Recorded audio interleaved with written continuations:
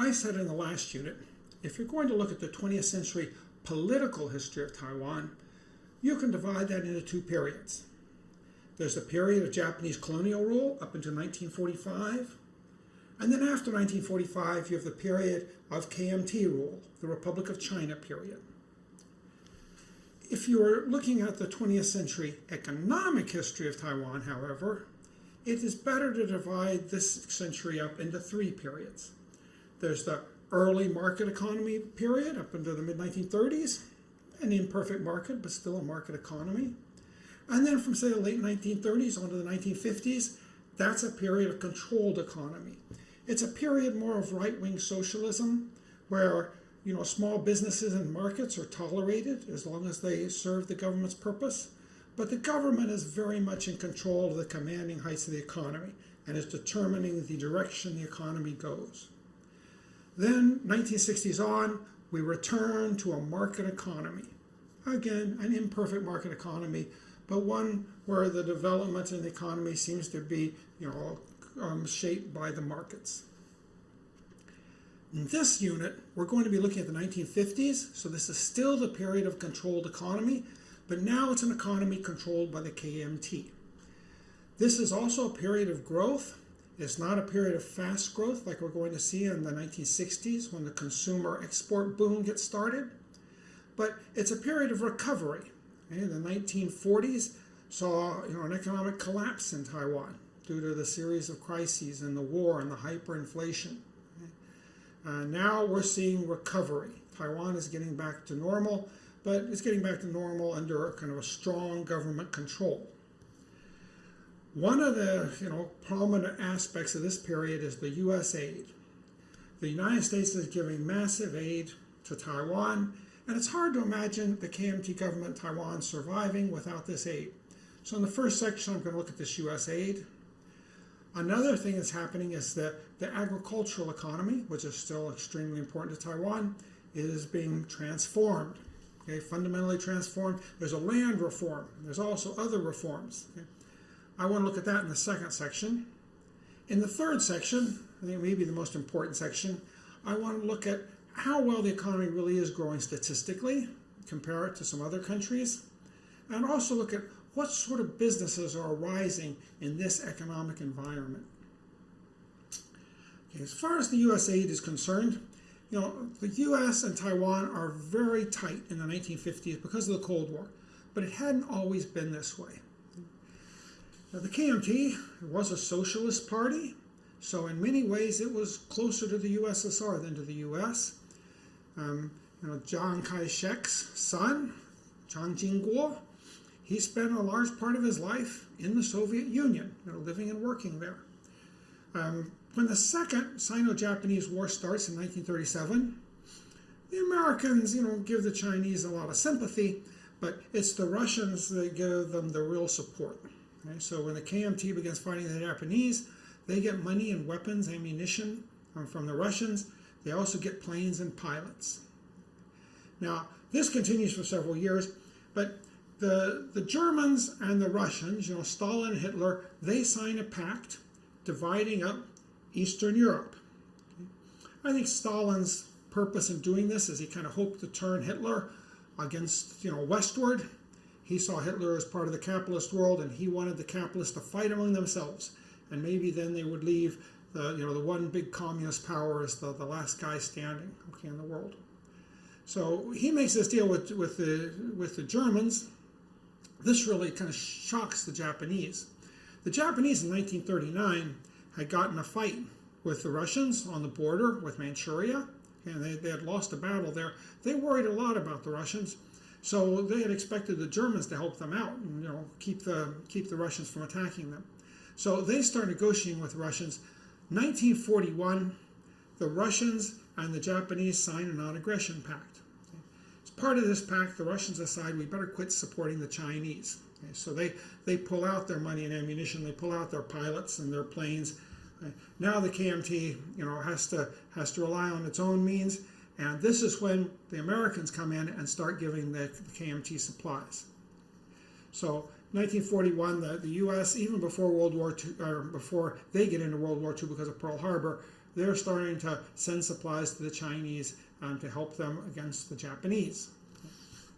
Now, even with the new alliance between the Americans and the Chinese, okay, the relationship still is a little rocky. Okay? Two generals kind of illustrate this point. Okay? When the United States started sending pilots and planes to China, okay, this force was led by General Chennault. I think he was a colonel back then, Colonel Chennault. He leads this new air force that supports the KMT. He's very enchanted with the KMT. Okay? He thinks that they're trying to save China. He really romanticizes them, and many in the U.S. press follow his lead. Okay, they tend to romanticize the KMT as kind of an underdog fighting against these evil Japanese. On the other hand, once the Americans get into the war, they send General Stilwell, okay, to China to help the Chinese fight. Stilwell becomes important in trying to keep the Burma Road open. Okay, he leads Chinese divisions into Burma. Okay, he retreats into India. He tries to train the Chinese in India. Stilwell, from the very beginning, very much disliked the KMT and Chiang Kai-shek.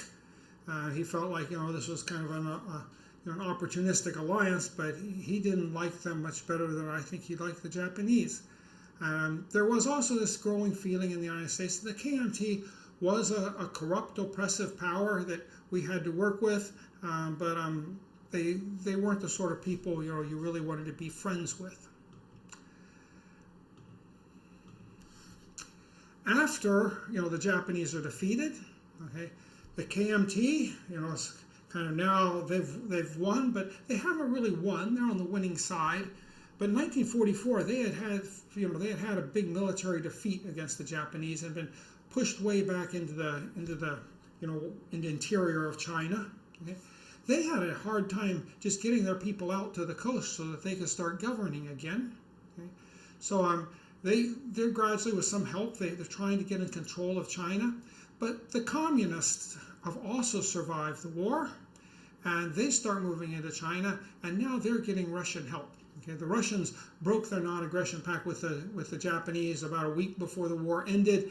I think after the bombing of Hiroshima, they sent their army in and took over what was Manchuria. Okay, and then they began helping the communists to fight against the KMT. This leads to the Civil War. Okay? And Chiang Kai-shek and the KMT, they lose this Civil War, and they retreat. Mainly Chiang Kai-shek and some of the KMT retreats to Taiwan. Now, with Chiang Kai-shek on Taiwan, the Americans don't support him right away. They've pretty much given up on him. Okay? They see the KMT falling apart in China. They don't think this is a force that's strong enough to really, we should bother to support. We're just going to have to learn to live with the fact that the Chinese are ruled by communists, and we'll have to just face that fact. When he retreats to Taiwan, again, there is no real, there's not really much, many Americans that want to support Chiang Kai-shek in Taiwan. They figure he's retreated there, but within a few months, he's going to probably lose this island too. 1950, though, the Korean War breaks out. And not only, does the U.S. get involved in this war with the communists in Korea, between the North Koreans and the South Koreans, but quickly the Chinese enter the war, and the Chinese communists and the American army are fighting face to face. They're fighting together. Now suddenly the world looks different. Okay, there's no way the U.S. is ever going to be able to have a nice relationship with the Chinese communists. Okay, it doesn't look that way. The Chiang Kai-shek is still there. He's still holding out against the communists. We need to make good friends with him. Okay, so starting in 1950, the U.S. makes agreements with Chiang Kai-shek and the KMT. They move military bases into Taiwan. They start patrolling the Taiwan Straits, and they start sending Taiwan a lot of aid to try to get this free China, okay, this one part of China that's not under communist control, back on its feet. So you get a lot of U.S. aid coming in. First and foremost, of all this aid is the military aid. Okay, the U.S. sends most of its aid to try to build up the military. Okay, it wants to not just only build up the military, but is trying to push for military reforms. Chiang Kai-shek brought a whole bunch of soldiers back to Taiwan. The U.S. felt like he had too many soldiers and not enough money. That his soldiers were ill-equipped, that in a modern war you don't need this many people, you need more equipment. So they wanted a leaner, meaner army. Of course, Chiang Kai-shek had all these old soldiers that he didn't know what else to do with them, besides organize them into the army. And maybe he's right. Maybe it would have been hard to just turn them loose on society at this point. But the most important thing the military aid does is the military had been eating up all of Taiwan's budget. Okay, this allows for a balanced budget, and with a balanced budget, you don't have to print money anymore. This ends the hyperinflation. Okay, so this is one of the most important things the American aid does very quickly. American aid also goes to rebuild Taiwan's infrastructure.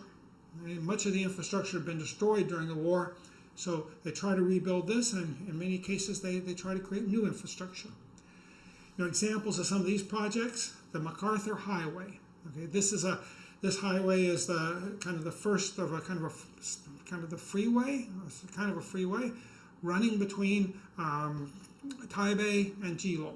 Later, it becomes part of the big north-south freeway. The Shiluo Bridge. This is a bridge crossing the biggest river. Okay, the Zhuoshui Xi. Okay, down between Zhanghua and Yunlin, I think. I think that's where it is. Okay, this bridge was something that had kind of been in the planning stages, but the U.S. takes over, and with its aid, this is built. Okay. The railroad is revitalized because during the war, the U.S. had bombed a lot of the railroad. Okay. Much of these, the railroad was in poor shape. Okay. Now it's being recreated with more train engines, better track. Okay. One of the most famous projects is the Cross Island Highway. Okay. This goes from Taichung over to Hualien, okay, through the mountains, and they had to blast their way through the Taroko Gorge. This is a big tourist site today. Okay. The Cross Island Highway is built by retired servicemen, and part of the reason for this project is if you're trying to get these servicemen out of the army, you got to give them something to do. Okay? So they put a lot of servicemen into building this Cross Island Highway. This was something that was actually planned by the Japanese, but the Japanese kind of did a cost-benefit analysis. They decided it's just not worth it. Okay. But now, with all these soldiers you need to put to work, the cost-benefit analysis changes, and now they decide that this is something that should be done. Okay, so this becomes kind of a legendary. The building of this is kind of a legendary project. Okay, that's often talked about in Taiwan. They also built the Shimen Dam, and this is another project that the Japanese had already been kind of researching and planning, but they hadn't really got around to it yet. Okay. With U.S. aid, the Shimen Dam is created. It's used for water control and irrigation, and also somewhat for electricity. This dam is not as profitable as they hoped because it silted up pretty quick. I think in the end, if you do a cost-benefit analysis, you might find that it wasn't really worth building this dam, but it's still there serving its purpose today. So, besides the military aid, there's this type of aid. Infrastructure is being built in Taiwan. Finally, there's a lot of agricultural produce being sent to Taiwan. And this is a way that the U.S. government is trying to kill two birds with one stone. The idea is that on the one hand, the U.S. was supporting agricultural prices in the United States. To do this, they had to buy up a lot of agricultural goods from farmers to raise the price. Okay, this was just politically a smart thing for the government to do, I guess, at this time. What were they going to do? They were just stockpiling this stuff. They couldn't sell it without causing prices to fall again. But by sending it to Taiwan, they figured Taiwan was poor enough that probably could, it's not really in the market for our produce anyway. So we'll just dump our produce in Taiwan, and that probably will not affect American prices. And it will be a good form of aid for the government in Taiwan. Two things that were being shipped to Taiwan: wheat flour and canned beef. Now, wheat flour Actually, Taiwan was more a rice-eating economy to begin with. There was some noodles and some bread, but not a lot. But many of the mainlanders coming in were from the north, okay, and they were bread eaters. They ate the steamed buns and a lot of noodles. Okay, so the wheat flour allowed for more bakeries here in Taiwan. And I think today you do see a lot of bakeries in Taiwan, and this probably all started out more from this wheat flour deal, where all the free wheat flour was being shipped over. You also see a lot of beef and noodle shops in Taiwan, and beef, along with the wheat flour, which could be used for noodles, was another product that was being dumped on Taiwan. Taiwanese, many of them, didn't eat beef at this time. They thought of the cow as the working animal, and it wouldn't be right to eat the animals that were doing the work for you. Okay? But a lot of mainlanders did eat beef, and in the army it becomes kind of a sign of manliness that we're beef eaters. Okay, that's supposed to be something that makes you tough. And so you do get this. They start feeding soldiers much of the beef, and then you start getting these beef and noodle restaurants throughout Taiwan. Milk is shipped to Taiwan. I'm a little puzzled sometimes by all the milk sold in Taiwan, because I had always understood that most Asian adults have a hard time digesting milk, but it seems like a lot of people do drink the milk. But milk drinking became more important during this period. Mainly the milk's being sent over for school children to drink. And then, as we'll talk about later in the third unit, when I talk about some of the businesses that come out of this period, the U.S. sends Taiwan lots of cotton. Taiwan has to figure out, what are we going to do with this cotton? Okay, well, obviously, you don't eat cotton. What you do with cotton is you make textiles. So the U.S. basically sends Taiwan a lot of cotton, and Taiwan has to create a textile industry.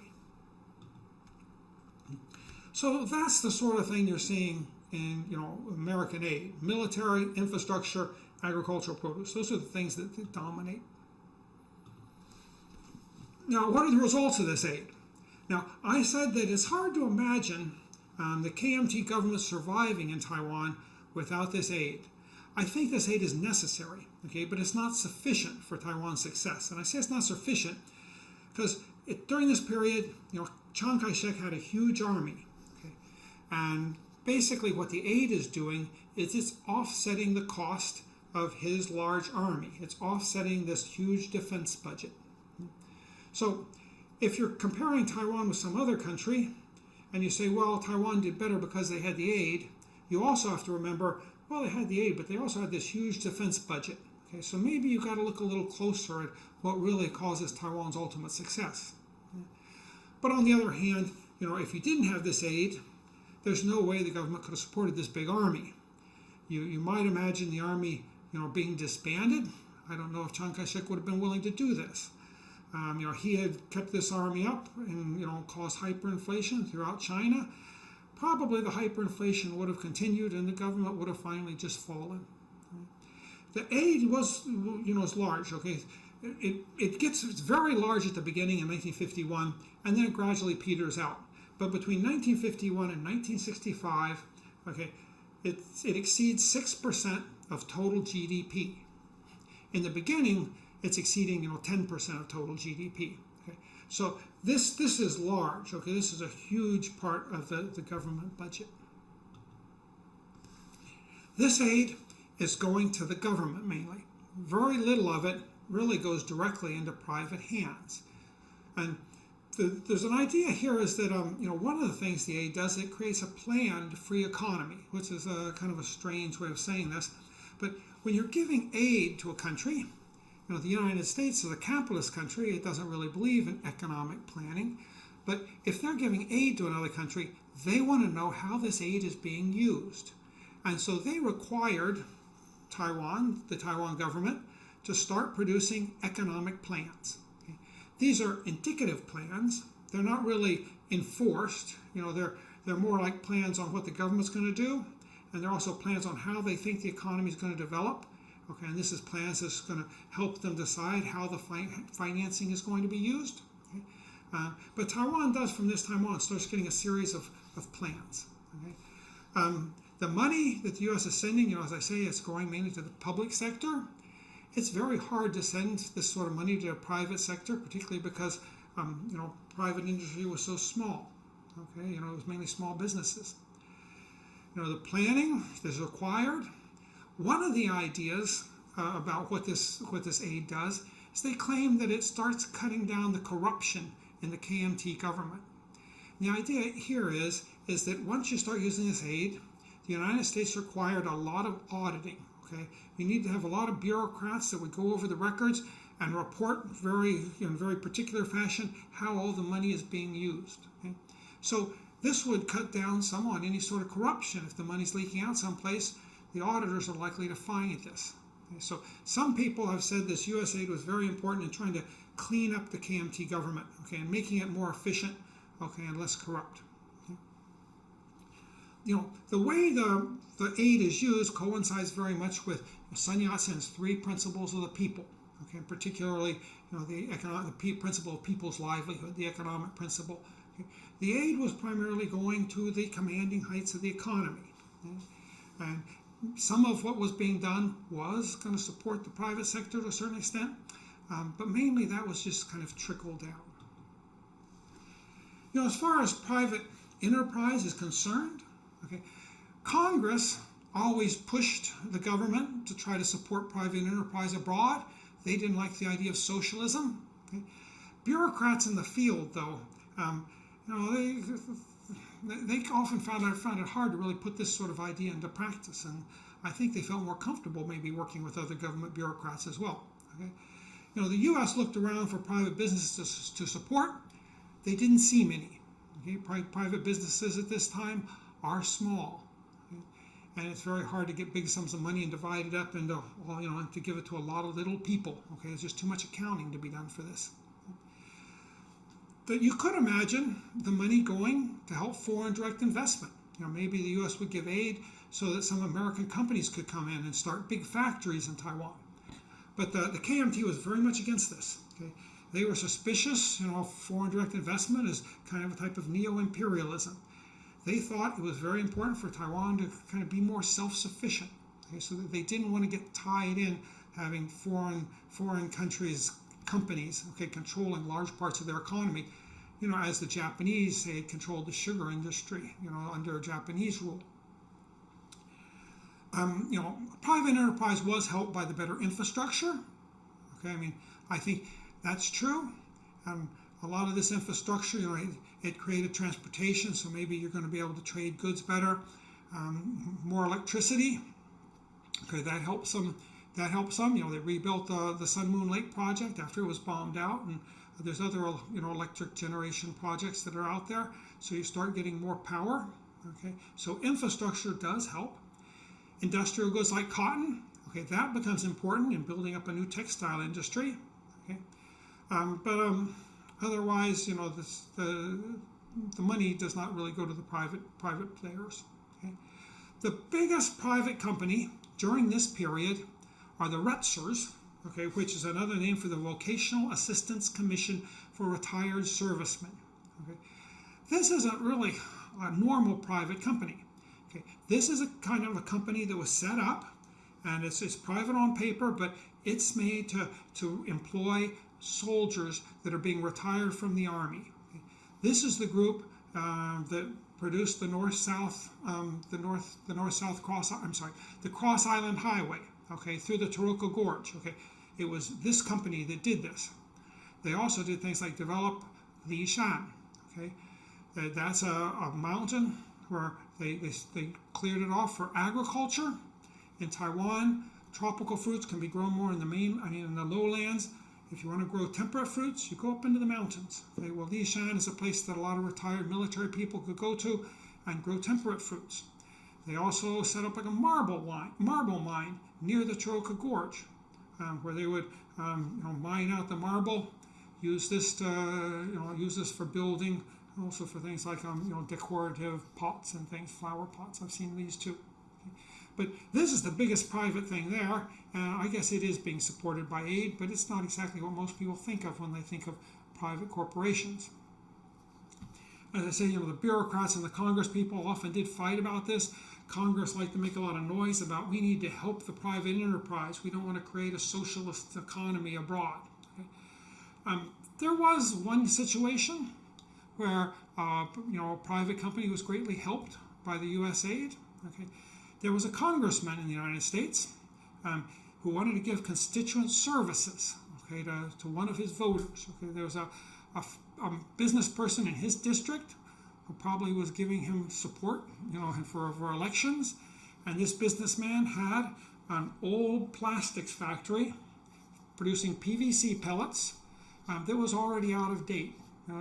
He was losing money on it. He wanted to get rid of it.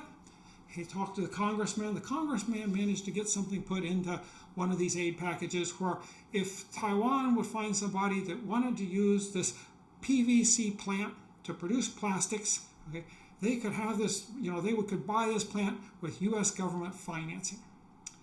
Well, it took a while. Okay, I think it was several years they couldn't find someone. They tried different people. Nobody really wanted this small-scale, outdated plant. Finally, they found a man, Wang Yongqing. Okay, we'll talk about him a little later. We'll talk about this Formosa Plastics, but this is how the Formosa Plastics Company, which later becomes a big Taiwan company, gets started. Okay, by buying this plastics plant with American financing. So one can find examples of private enterprise being helped during this period by aid, but by and large, most of the aid is going to the government. Okay? And I think what's happening here, too, is that the private enterprise that exists, most of it is Taiwanese. The government is mainland. There's kind of a gap there. And Americans, the mainlanders, the KMT, they were allies with the U.S. during the war. Taiwanese, of course, this is kind of complicated, being a colony of Japan, but many of them, they were on the Japanese side in the war. And in fact, after the war, a number of Taiwanese were, tried for war crimes by the Americans and put in prison. Okay, many Taiwanese were used as prison guards. Okay? So, probably the U.S., decided this money going mainly to mainlanders. That's fine with them. One effect of this, this aid, which is not deliberate, but I think becomes important in Taiwan's history, is Dutch disease. Okay? Dutch disease was coined by an economist. Okay, was coined by the economist, and it's talking about the story of the Dutch finding oil in the North Sea. Okay? When the Dutch found oil in the North Sea, it was, people immediately decided this was going to really give a boost to the Dutch economy. And they're right, it did give a big boost to the Dutch economy, but it didn't help all of the Dutch economy. Okay? Because what happens is that now you get all this money pouring into the Dutch economy from, selling the oil abroad. This money now can be used to buy imports. It used to be that the Dutch had to export goods to buy imports. Now they don't need that many exports. What actually happens is with all this foreign money, it getting so easy to get this foreign money, the Dutch currency appreciates. Okay? And this makes it harder for other exporters to be able to sell their goods abroad. So when you have something like, this oil discovery, it helps the non-traded goods sector in the Holland. It certainly helps the consumers. They can get a lot more imported goods now, okay? But it hurts the export industries. Well, the North Sea oil discovery is a lot like the U.S. aid story. Suddenly, all this U.S. aid is coming into Taiwan, and the aid is, being used to buy imported goods. Now, there's actually two things happening here. This is trade as a percent of GDP, okay, in Taiwan. And this is over the 20th century. You can see under the Japanese, imports originally were much higher than they were in the 1950s. Okay, so that's the one thing that's happening is just there's a collapse in imports altogether. You can see that there's extra exports coming out during the Japanese period, so there's a big trade surplus, but I think that's probably a fake trade surplus. I think what's happening here is the sugar is being evaluated maybe at market prices in Japan, and those prices are a lot higher than what's the cost of production of sugar in Taiwan. So I think a lot of this trade surplus is stuff that's just money that stays in Japan. But in any case, you do see a fall in both exports and imports in the 1950s because Taiwan does lose its main market. Okay? But you see that exports fall more than imports, and that's because of the U.S. aid. Many of Taiwan's imports are now, being bought with the U.S. aid, or else the U.S. aid is just directly sending imports into Taiwan. Okay? That means that exports aren't as important anymore. And with the U.S. aid coming in, Taiwan's exchange rate, basically the Taiwan currency becomes overvalued. Okay? Things become expensive in Taiwan with all this, just as the things became expensive in the Netherlands when the oil started bringing in all these, started bringing in all the foreign currency. Okay, this also keeps the Taiwan money more expensive. Taiwanese exporters have a particularly hard time at this time. Most of the exports being done at this time are exports tied to the government. Maybe the one big exception would be the tea industry, which is still, it's a reasonably large exporter during the 1950s. But there's this Dutch disease problem. The people that are being hurt most by the U.S. aid are probably the export sector, and that's the sector that's going to really take off in the 1960s after the U.S. aid ends. The sector that's being helped by the U.S. aid is more than non-traded goods sector. Another thing that's happening, and this would have happened probably in any case, but maybe the U.S. aid exaggerates this, is dual finance, kind of dual financial economies. Okay? Now, what this graph shows you, is the real 5-year annual interest rates. What I mean by this is, so it's a real interest rate. So you take the interest rate and you subtract the inflation. Okay. When I say 5-year, it's an average. I want to get rid of all the jumps back and forth. So this is if you're putting in your money for 5 years. Okay. How much would what would be your annual return? Okay, given the real interest rate in the next over the next 5 years. Okay?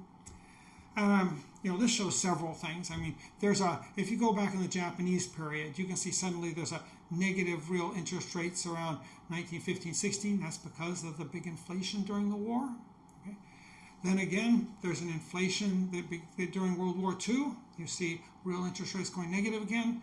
And then with the hyperinflation, real interest rates just go way down. Basically, anybody who puts their money, in the bank out at interest in 1943 or 44, they're going to lose everything. Okay, because of the next 5 years is going to be this big hyperinflation. Okay? After the hyperinflation ends in 1951, okay, then we get a return to positive interest rates. You got a little bit of negative interest rates then in the 1970s when we get to the oil crisis, because that's another period of inflation. But the important thing here that I want to emphasize is this dual markets. Okay, with the U.S. money coming in, it goes in. It's being held by places like the Bank of Taiwan. They have lots of money now. Okay, the interest rate 10%. That's still a bit high. Okay, but it's a more reasonable interest rate. And actually, the Bank of Taiwan is probably holding some excess reserve. Sometimes they get more money than they're actually ready to lend out right away. Most people, though, are not able to go in and borrow money from a bank. They have to borrow on the informal market. Okay, they're borrowing from friends, neighbors, maybe sometimes from loan sharks. Okay, people like this. Those interest rates go sky high. Okay, partly this is because wealth has been wiped out during the hyperinflation, so there's not much money out there you can borrow. Okay. The other hand, though, they're also worried that maybe hyperinflation will come back, so probably they want some extra high interest rates, because they do worry about this inflation. Is it really under control? Okay. But there is this big difference in interest rates depending on whether you can get bank lending or not. Bank lending usually goes to state-owned enterprises and companies that have pretty strong political connections. If you're a small and medium firm and you don't have real good government connections, you're probably going to be getting this informal credit, and that's going to really hurt you. Okay, you're going to have a hard time producing. Okay, and not producing and getting good enough prices that you can pay back these loans. So this is another way that you kind of see how the American aid goes more to support the public sector. Okay, the private sector is left out. So U.S. aid, it's fundamental for keeping Taiwan alive. It also, though, tends to distort the Taiwan economy in several ways. It has this Dutch disease. It tends to help the government and the more politically connected companies over that of small and medium businesses. Okay. It also isn't very good for the farmers. All this farm product is being dumped on Taiwan. That's good for Taiwanese consumers. It also is not very good for the farmers.